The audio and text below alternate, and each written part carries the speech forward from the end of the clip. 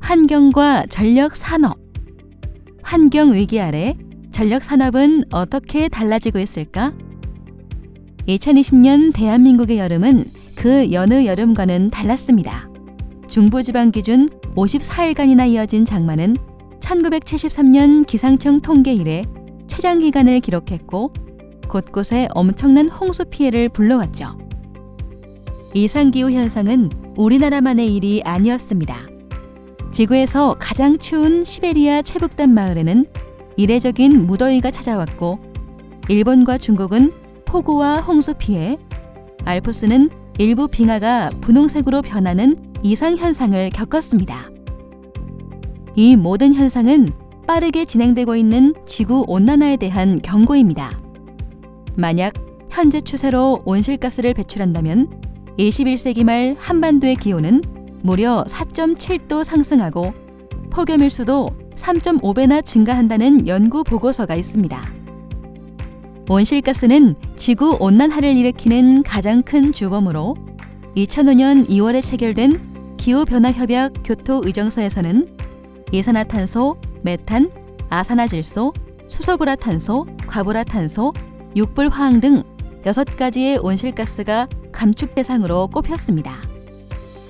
이에 따라 세계 각국은 기후변화를 막기 위한 대책으로 탄소 중립을 공통적으로 내세우고 있습니다.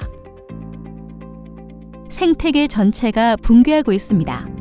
그런데 여러분이 하는 이야기는 오로지 돈과 영구적인 경제 성장에 관한 동화 같은 얘기뿐입니다. 도대체 어떻게 그럴 수 있나요?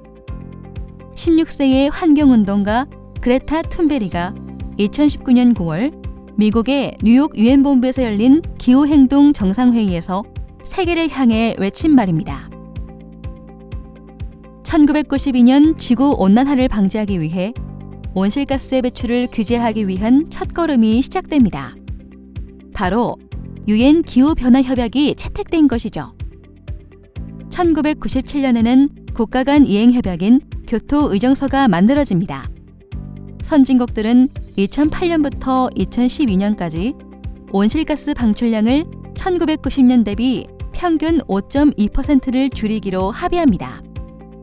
2010년 우리나라는 세계 온실가스 배출량에서 전 세계 7위를 차지합니다. 따라서 2020년의 배출 전망치 기준으로 30%를 감축한다고 발표했죠. 교토의정서에서 정한 의무적 감축 국가는 아니었지만 자발적인 감축 목표를 추진한 것입니다. 이를 위해 저탄소 녹색 성장 기본법을 제정하고 2015년부터는 온실가스 배출권 거래제를 시행했습니다. 1997년에 체결된 교토의정서는 2020년이면 만료가 되어 효력이 사라집니다.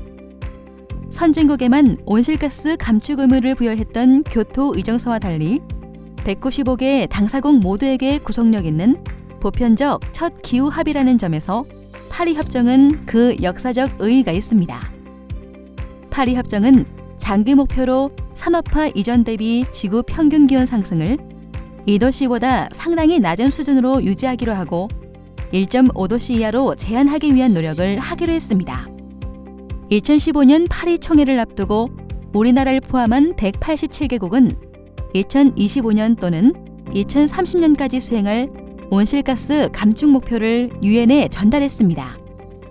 중국과 미국, 인도, 러시아, 일본, 유럽연합 등 주요 배출국들은 오는 2030년까지 온실가스 배출량을 25%에서 65%까지 감축하겠다고 공언했고 우리나라도 2030년 배출 전망치 대비 37%를 줄이겠다는 내용의 감축 목표를 2015년 6월 제출했습니다.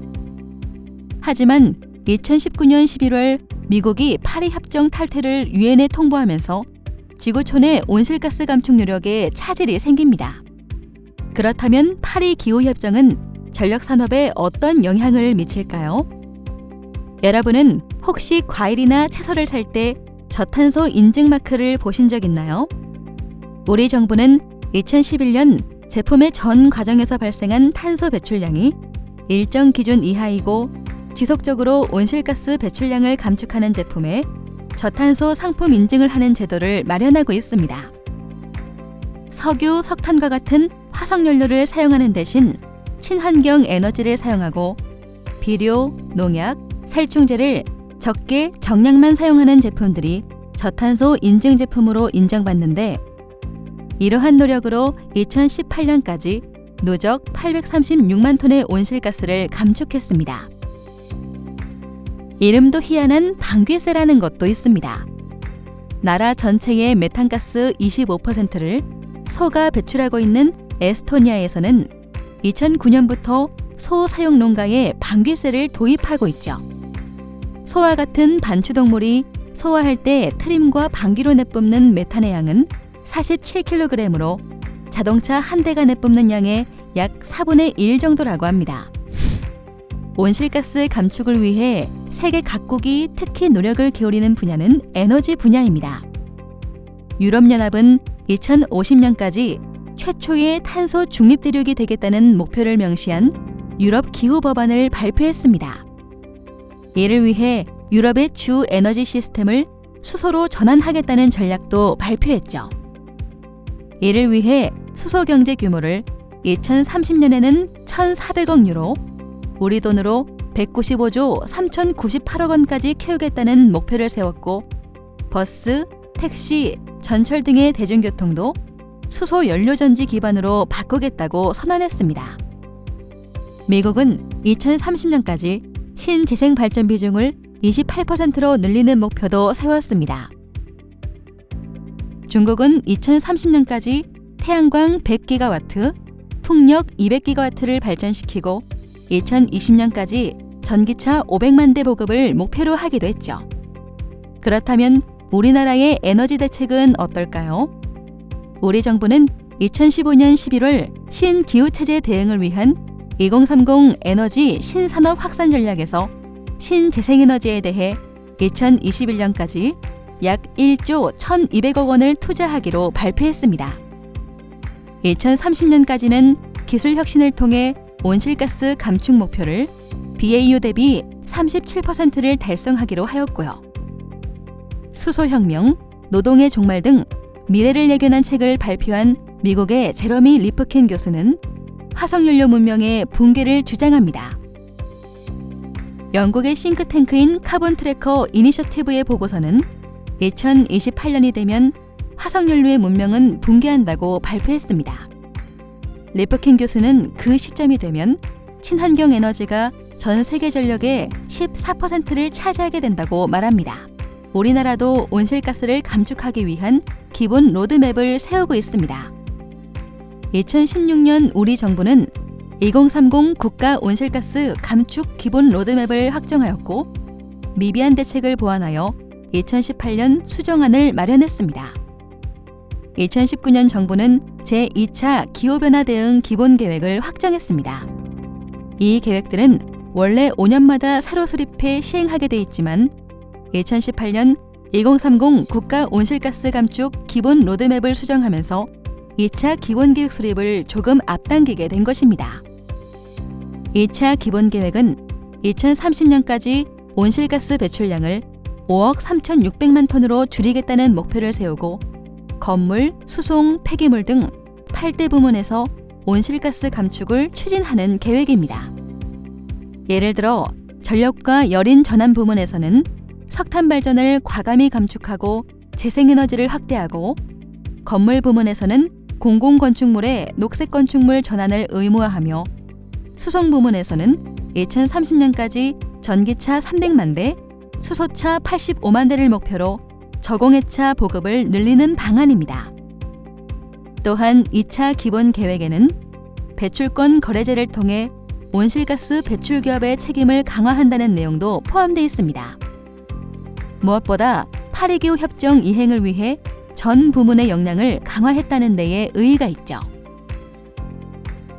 앞으로 더욱 국격에 맞는 국제협상 역할도 수행하고, 국민의 친환경 생활과 소비 패턴을 장려하는 미래 세대의 기후변화 교육도 점차 강화되고 있습니다.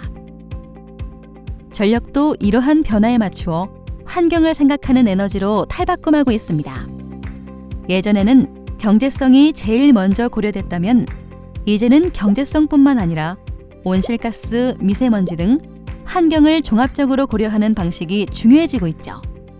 이를 환경급전이라고도 합니다. 환경급전은 생산 단가에 반영이 안 된 온실가스 배출권, 약품 처리, 석탄 폐기물 등의 환경 비용을 추가해 석탄과 LNG의 가격 격차를 줄입니다. 경제성만 따진다면 연료비가 싼 석탄이나 원자력이 우선 가동되겠지만 환경 급전을 고려하면 값이 비싼 LNG 발전을 먼저 가동할 수도 있는 것입니다. 환경 급전 제도는 2020년 처음 도입됩니다. 지금까지의 경제 급전 방식에 큰 변화가 생기는 것이죠. 이제 지구를 위한 노력에 에너지도 적극 동참하는 시대가 됐습니다. 살기 좋은 지구, 아름다운 지구를 위해 우리가 감수할 노력은 앞으로도 계속됩니다.